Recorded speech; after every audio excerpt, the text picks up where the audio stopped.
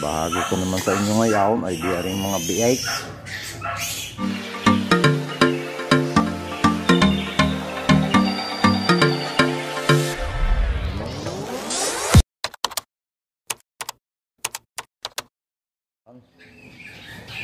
Narinig ako sa babuyan. Nanganganak ng inahin na aray. 7 na yung anak niya. Pagkakalaki. Kaya kanyang anak naririn eh.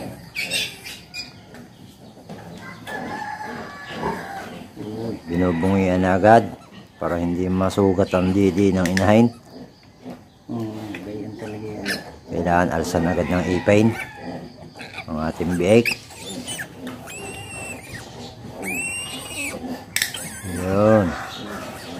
Naalsan na ng ipin para hindi makagat ang didi ng inahin. Ganyan po ang ating biik eh. Yan pag isinilang ay kalakarakay may ipin na. Yan o. Kagaganda. Woo! Putulan natin ang buntot. Ayan.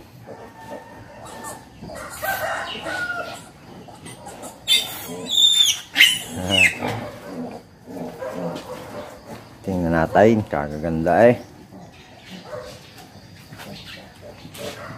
Ayan na sila. Bagong silang. Kita nyo, may lamar pa.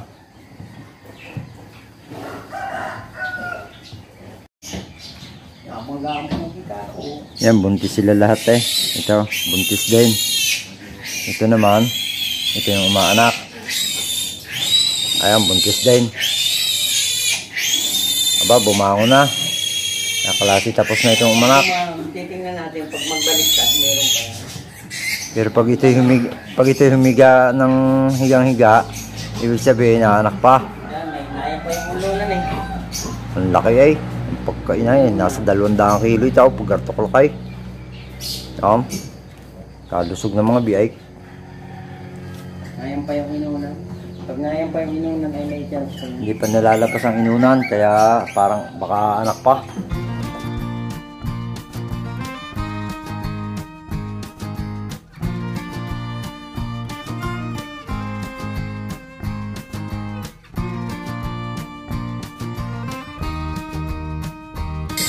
So, puro buntis na rin ito. May kasta na rin ito lahat.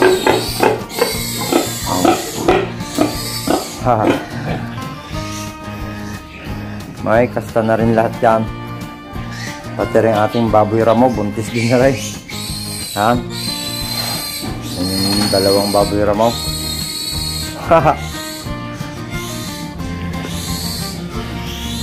Ayan, naipasyal ko kayo din sa babuyang aray.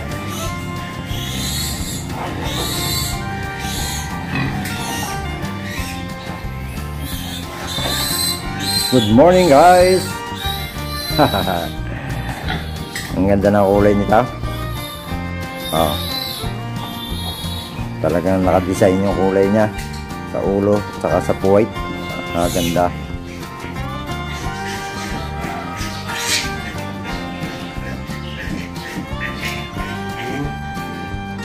Yan.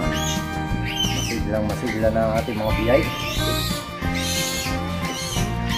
Ayos na. Nabungian na, saka naputulan na ng buntot. Iyan po ang ginagawa sa bagong silang na biik sa panahon ngayon para malusaw. Ayan. Yan, naipakita ko sa inyo ang aming bagong silang na biik. Bye-bye po muna ulit. Bye-bye!